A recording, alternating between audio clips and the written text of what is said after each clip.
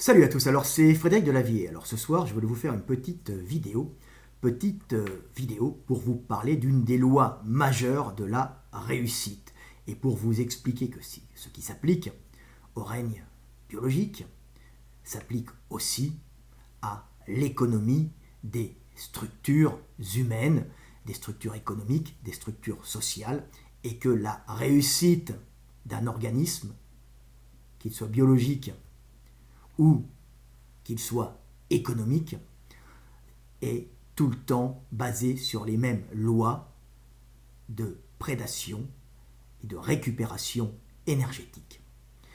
Donc le petit texte que je vais vous lire s'appelle « Quand la place est prise, elle est prise ». Petit texte qui, j'espère, vous fera réfléchir et vous aidera à mieux réussir votre vie et à ne pas faire des erreurs que par ce texte, vous allez, en fin de compte, éviter. Quand la place est prise, elle est prise.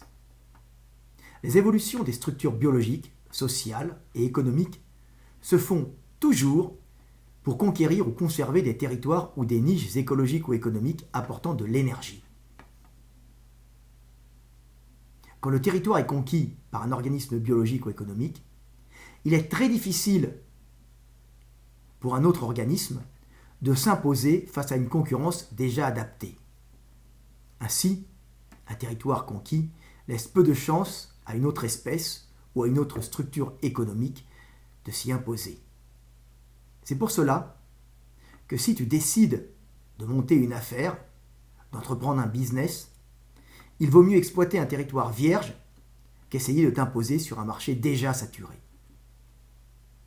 Si difficile que cela puisse paraître, au XIXe siècle, un pauvre s'embarquant sur un bateau pour l'Amérique avait plus de chances de voir sa situation sociale évoluer qu'en restant dans une Europe surpeuplée où toutes les places étaient déjà prises. Il en va de même pour nos ancêtres bipèdes qui quittèrent, il y a 3 millions d'années, par obligation les forêts africaines pour conquérir la savane aux heures chaudes. Lieu peu concurrentiel où ils purent trouver assez d'énergie pour croître et se multiplier et ensuite continuer leur invasion du monde. Chose devenue impossible à réaliser pour un autre primate, la place étant prise maintenant, l'homme ne laissant aucune chance à une concurrence de s'imposer là où il est déjà. L'émergence de l'homme ne peut donc se réaliser qu'une seule fois, et aucun autre primate ne pourra suivre le chemin de l'humanité, car quand la place est prise, elle est prise.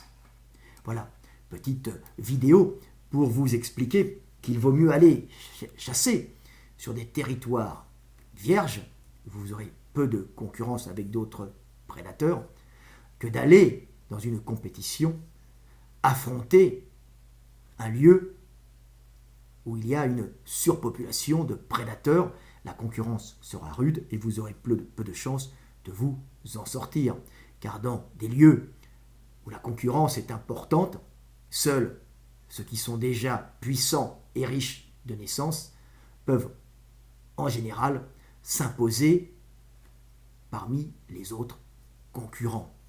Donc, pour pouvoir réussir, si vous partez d'en bas, choisissez une zone où vous serez les seuls, ou une zone où la concurrence sera faible. Voilà, je vais vous raconter une petite anecdote qui m'a fait changer et qui m'a profondément influencé. Quand j'étais jeune, je devais avoir 19 ans, je m'entraînais avec un ami, Nicolas Moran, qui était musicien à l'Opéra de Paris. Il faisait partie de l'orchestre de l'Opéra de Paris, c'est une place recherchée. Les gens font le concours pour devenir musicien de l'opéra et peu réussissent. Et je lui ai demandé, mais Nicolas, au passage, Nicolas faisait de la musculation, il mesurait 1m90, il pesait plus de 100 kg, ou 110 kg, je ne me souviens plus, et il adorait la musculation, le développé couché. C'était mon ami, on s'entraînait, on poussait ensemble. Et entre les séries, on discutait. Et je lui ai dit, mais Nicolas, comment t'as fait pour rentrer à l'opéra? Il m'a dit, je vais t'expliquer un truc très simple. J'ai une formation musicale, j'ai fait le conservatoire, et comme tous les jeunes enfants, j'ai appris le piano. Donc j'étais très bon au piano, et je suis allé à l'opéra pour me présenter au concours d'entrée, comme j'étais très bon, concours d'entrée au piano. Et là, il regarde la liste, et il voit qu'il y avait une cinquantaine de personnes, même plus, qui se présentaient pour être pianistes à l'opéra. Donc, dans les meilleurs de France. Donc la concurrence était importante. Et il dit, ouh là là, mais comment je vais faire? Il passe le concours, et je crois qu'il n'a pas réussi. Mais il regarde la liste, et il s'aperçoit que pour chaque instrument, il n'y a pas autant de concurrents. Et il regarde le basson. Vous savez, basson, c'est un instrument qui joue parfois dans l'orchestre. C'est pas l'instrument majeur, mais il a son rôle, mais le son tout seul est affreux. Comme il disait, regarde, c'est ignoble. C'est un son qui est comme ça. Hein. C'est pas très agréable. On ne peut pas faire un concert uniquement de basson. Ça casserait les oreilles. Il m'a dit, regarde, c'est un instrument ignoble, mais j'ai regardé et j'ai vu qu'il n'y avait que 2 personnes qui se présentaient au concours de l'opéra, pour la même paye, bien sûr, hein, comme bassoniste. Alors, il m'a dit, j'ai décidé d'apprendre le basson. Et en 2 ans, ou 1 an et demi, 2 ans, je ne me souviens plus, il a pris un très bon niveau au basson, il s'est présenté à l'Opéra de Paris, et comme il n'y avait quasiment pas de concurrence, il était tout seul, ou ils étaient 2, peut-être 3, je n'en sais rien, je ne me souviens plus, ça fait tellement longtemps, hein, c'est un temps que les moins de 20 ans ne peuvent pas connaître, ben, mon ami Nicolas a réussi le concours, et il est devenu bassoniste à l'Opéra de Paris, donc faisant partie de l'orchestre de l'Opéra de Paris, place honorable et place recherchée par de nombreux musiciens en France. Et comme me disait Nicolas, il m'a dit, j'ai la fierté d'être le musicien de l'Opéra de Paris, le plus musclé et celui qui fait le plus de répétitions au coucher à 100 kilos. Grande fierté, et il me disait en plus, la blague c'était qu'on était obligé de lui tailler ses costumes sur mesure à l'opéra parce qu'il était trop volumineux, donc ils étaient obligés de lui faire un costume sur mesure. Mais ce qui m'a appris, avec cette petite anecdote sur la vie, c'est qu'en fin de compte, pour réussir, quand il y a une concurrence énorme, il vaut mieux chercher un endroit où il y a moins de concurrence pour pouvoir s'épanouir. C'est un peu ce qui est arrivé à l'homme il y a 3 millions d'années, quand il se retrouvait en savane chasser des forêts bien sûr par la réduction des forêts et la concurrence qu'il y avait en forêt entre sûrement les groupes de primates, il s'est retrouvé en savane où, bipède, il pouvait se déplacer, et la plage horaire du midi où les animaux sont obligés de se reposer sous les arbres parce qu'ils n'ont pas un système de transpiration aussi efficace que les hommes, et les hommes étant verticales, ils supportaient mieux la chaleur, donc cette éjection de la forêt forcée par les hommes a été en fin de compte bénéfique puisqu'ils se sont retrouvés dans un milieu très dangereux avec des prédateurs, mais ils ont une plage horaire, en plein midi, où les prédateurs ne sont pas efficaces et ne viennent pas chasser. Donc ils pouvaient se réfugier dans les arbres et sortir l'après-midi pour aller chercher la nourriture qui ramenait aux femelles.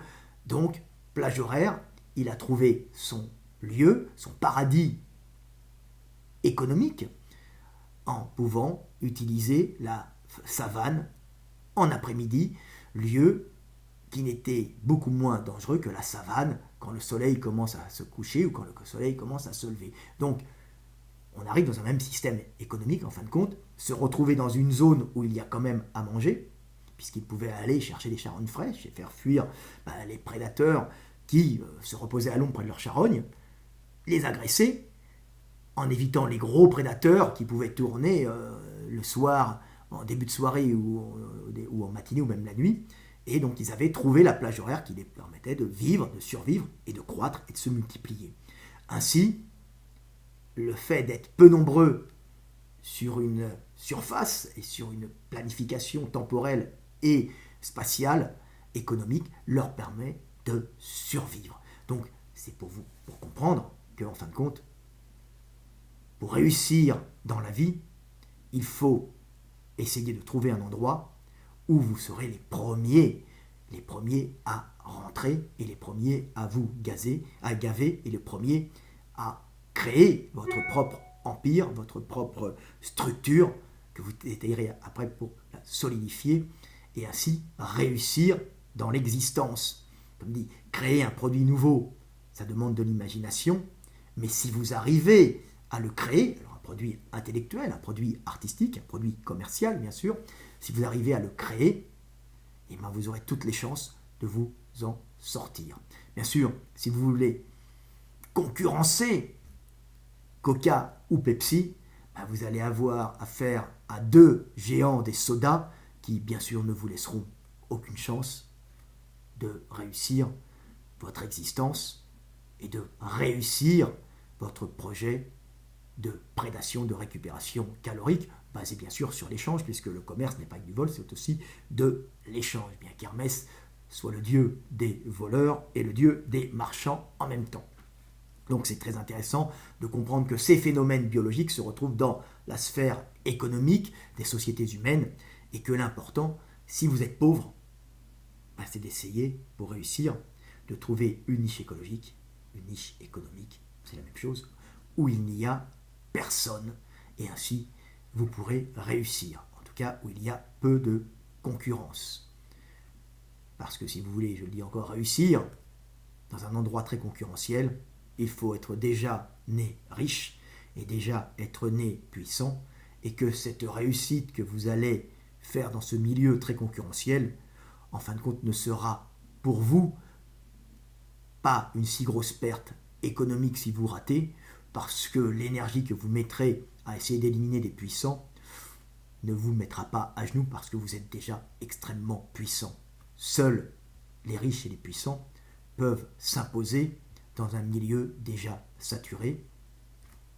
Pour qu'un petit puisse monter, il faut qu'il trouve un endroit libre qui n'a pas encore été pris par des riches et des puissants qui ont commencé petits en utilisant des terrains vierges où ils ont pu croître et se multiplier.